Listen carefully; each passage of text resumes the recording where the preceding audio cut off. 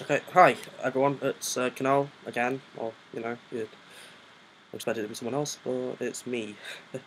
um, I'm talking today about George Osborne and the current growth of the UK economy, which has been pinned down to 0.2%, which, in my opinion, isn't that good, but it's also pretty good considering the US debt crisis, which the US are trying to deal with at the moment, with wherein um, their so-called credit card limit.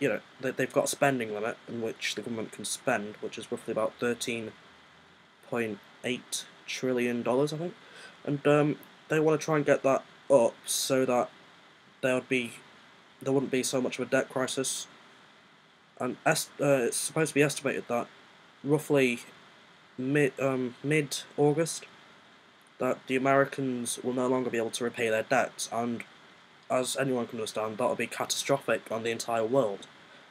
And if that were to affect the UK, well, it would affect the UK. If it were to happen, if Congress were to actually pass some more measures to say that the US government can spend more, then the UK would benefit by that, obviously, and so the economy wouldn't be growing by 0.2%. It'll probably be a little bit more, but I'm here to talk today about how George Osborne seems to be trying to run the economy. Because, as you've seen in papers, for those in the UK, anyone who's seen the papers, anyone who's been reading the papers in the Guardian and such, they've been saying that George Osborne has pinned down the slow economic growth to a couple of things. One of them being the royal wedding, another being the Japanese tsunami, and the earthquake, which, in my opinion, is just stupid. Why exactly pin down things which have affected other countries, both in their economy and otherwise, and say that that's the reason as to why the UK is growing slowly in terms of economic growth? But in my opinion, and I'm pretty sure a lot of people think this, it is because George Osborne has raised VAT. I mean, if anyone who can remember, it was originally 17.5%, but then when the Conservative, Lib Dem government came into power, they lowered it to 15%, which boosted consumer spending completely. But then suddenly, just after a couple of months, George Osborne upped it to 20%, which, as we've seen, the effects of that haven't been really good. I don't know what he was trying to get out of it, but I'm pretty sure whatever he's hoped to achieve, he's achieved it, because he's made England and he's made the UK kind of stupid. Per se, it's slowed down economic growth. It's reduced consumer spending dramatically. Because let's face it, if you're buying something for say £10, like £10 without VAT, you'd end up having to pay £12 now. That's not really a good example, but if I'm sure those of you who understand economic growth and such would understand me. Like, prices of things have been going up, which is only thanks to George Osborne, and I don't know whatever sort of plan he's got.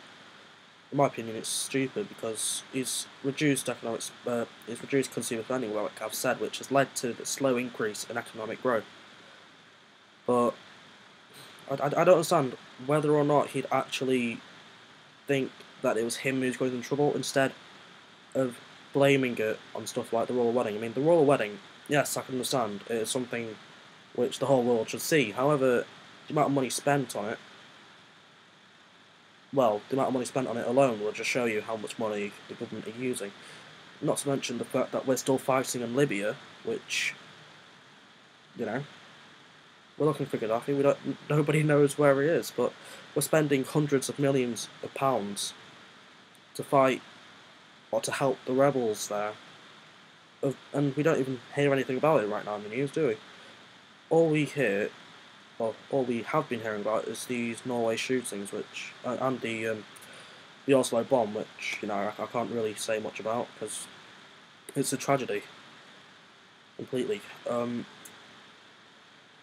But regardless, I don't think George Osborne can say that it is the Norwegian, well, the recent events which can lead to a slow economic growth.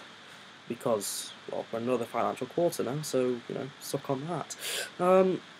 Regardless, though, I do feel pretty strongly about this, because we've been fighting a load of wars. We've increased the amount of money we're giving to a charity, so every 4 minutes, I think, a child in Africa can get vaccinated against I don't know how many diseases, but we've upped how much we're giving to £610 million, which is just shy of $1 billion, I think, and which is $1 billion is what Bill Gates is offering, but we're offering a lot more as a country. But what can you expect? We're upping how much we're spending, whilst the government is complaining about how slow the economy is growing.